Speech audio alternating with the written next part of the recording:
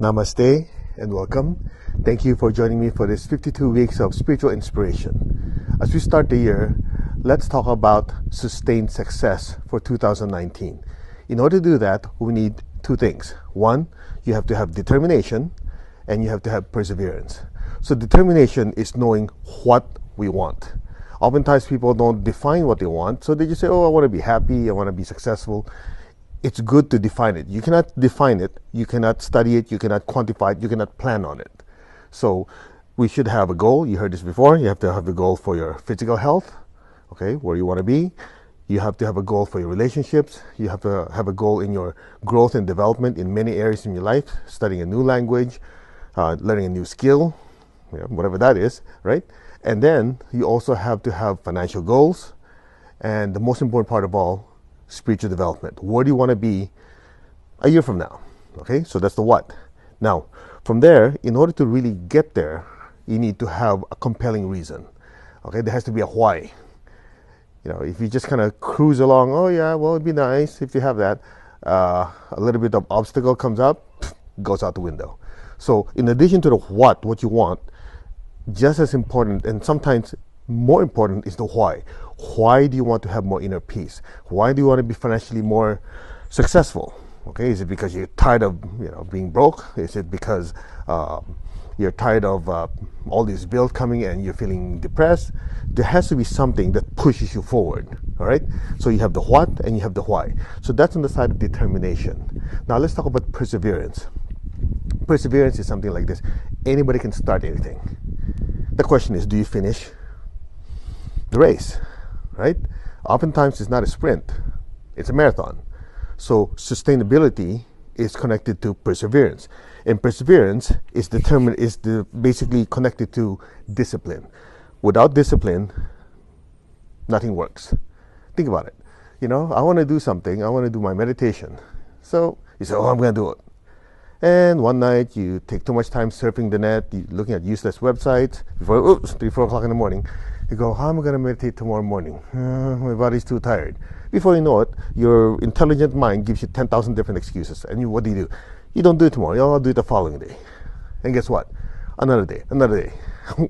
You never heard this before. Days turns to weeks. Weeks turns to months. And before you know it, oh yeah, I think I have to do that meditation because things are exploding in my life now. I need some peace and clarity.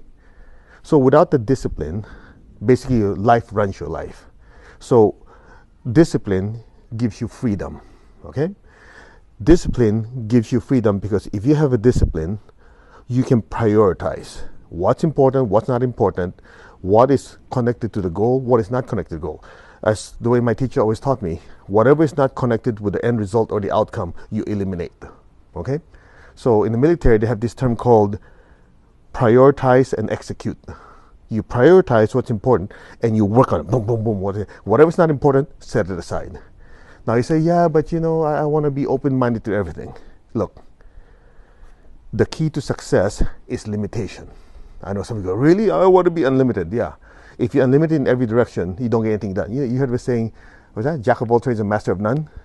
People who are successful are obsessed with focusing on their objective. Everything else takes a back seat. So if you can do that to every part of your life, have a schedule, put one-pointedness, focus on it, you accomplish. A lot of people say, well, don't put all your eggs in one basket. That's if you already have accomplished a lot. If a person is that broke, there's nothing to diversify.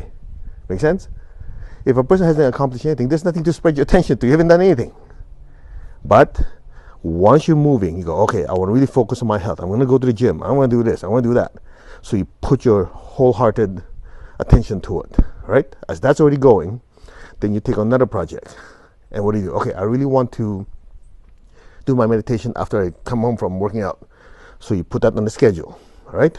You come home, you get home or go to the office, whatever. I'm going to spend 10-15 minutes. That's all I do. Everything else is set aside. If you do that, prioritize and execute, you'll notice in a short time, you already set up a pattern in your consciousness that this, after this, and it runs in the background.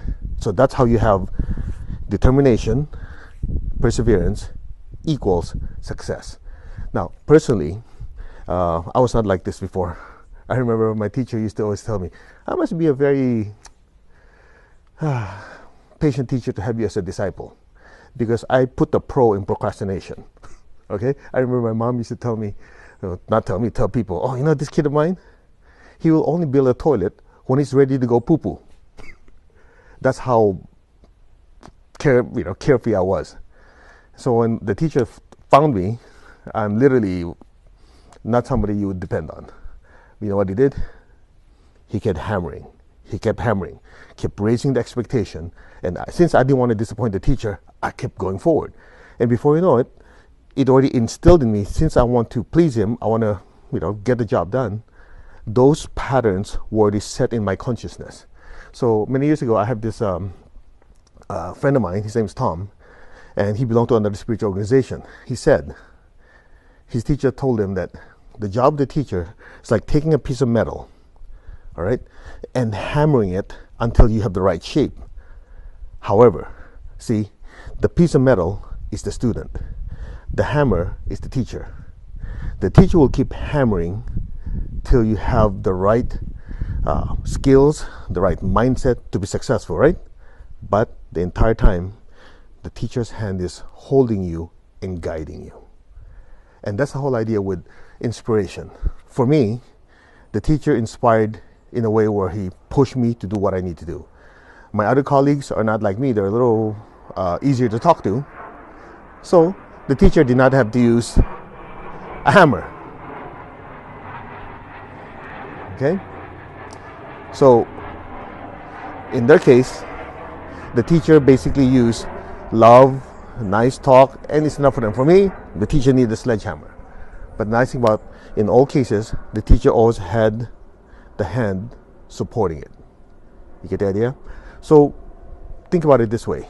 If you really want to be successful, just take what we shared with you today and then meditate on it, think about it. How can I really put this in place? What are my objectives? And why do I want to achieve them? And then persevere, right? Have a discipline to get there, prioritize, execute, and be super successful. All right, I hope that helped give you a little nudge at the start of the year, and we'll be having this every week. Okay, namaste, God bless, take care, live energized.